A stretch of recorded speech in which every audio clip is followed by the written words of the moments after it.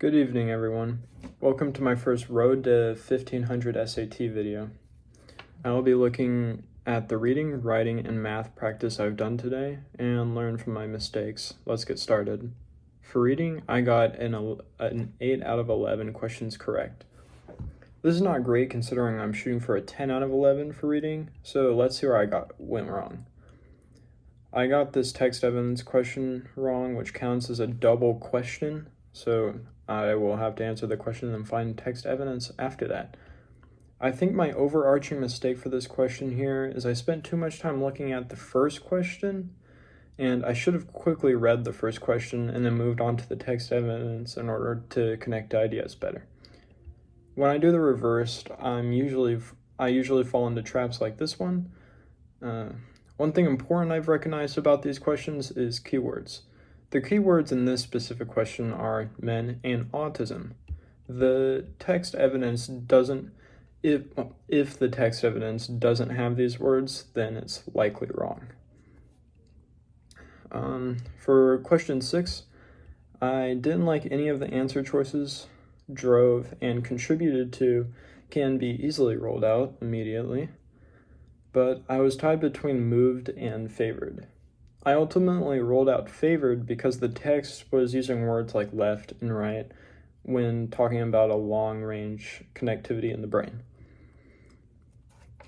This was obviously wrong upon further looking at it because it had nothing to do with movement.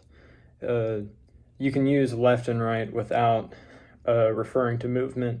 It was referring to the placement and the location of certain neurons or connections inside the brain. So, that was just me not thoroughly looking at the word and looking at the context in the passage. Okay, moving on to writing, I got a 9 out of 11 questions correct on the writing, which is pretty good, but I think, especially with writing, it has a lot more solid rules, so I think I should be shooting for 11 out of 11 on everything. So we're going to look at the 2 questions I got wrong and see what I did wrong here. Okay, for question 4, I chose the word that, and I mistakenly thought I was supposed to match the word with the noun, but I could not be further from the truth.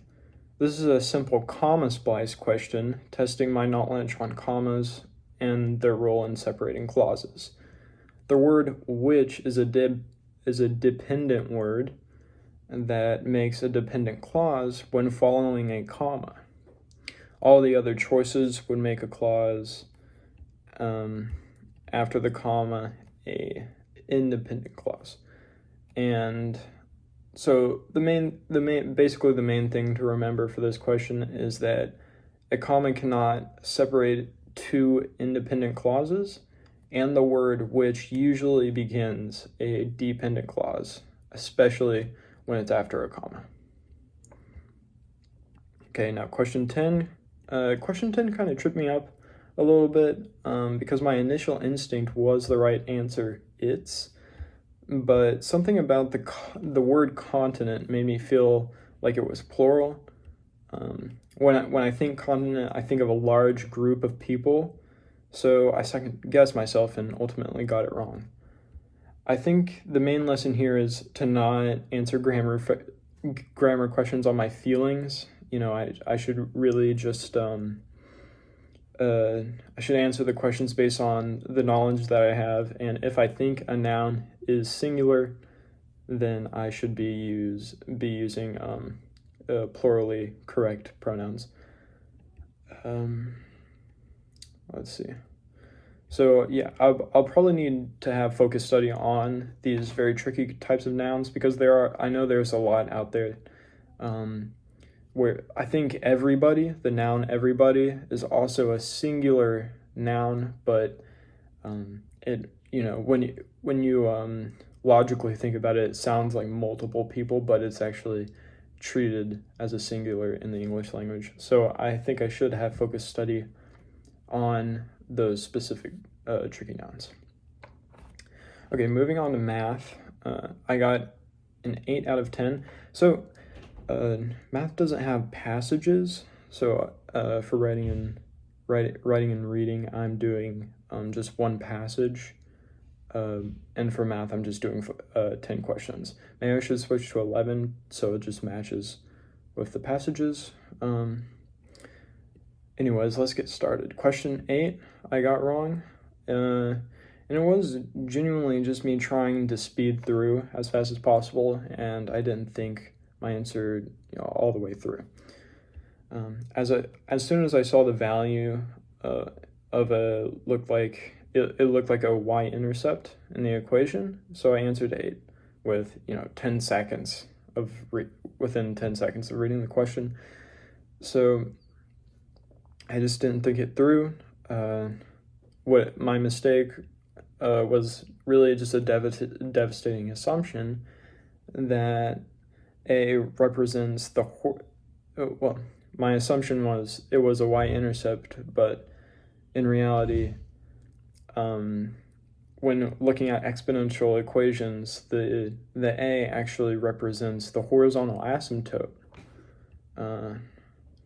I hadn't considered that a parent function, the parent exponential function has a y-intercept of 1. When you look at the parent function of a linear function, like the linear like x equals y, or y equals x, it has a y-intercept of 0. So they are different, very different, and I just didn't fully realize that at the time. So, lesson learned there. Next time, I will not, I will know to find the horizontal asymptote instead of the y-intercept, because they are different things. Okay, next questions. Question 7 had stumped me actually pretty badly because I didn't really know what to do. For some reason, I had recognized this question as a complex fraction conjugate problem.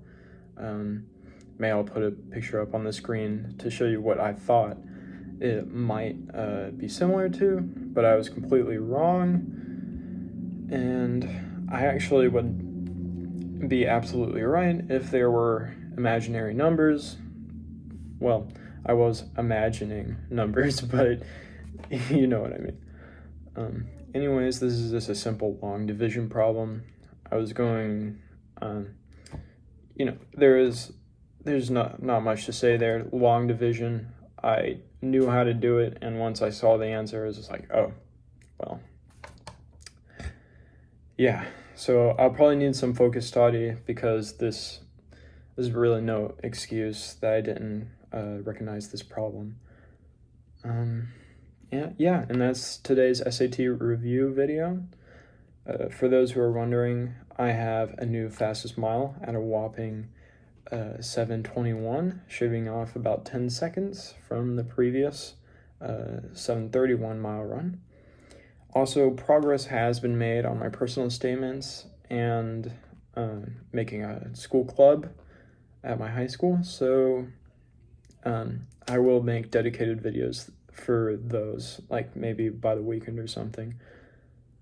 And yeah, that's pretty much all. Thanks for watching. See ya.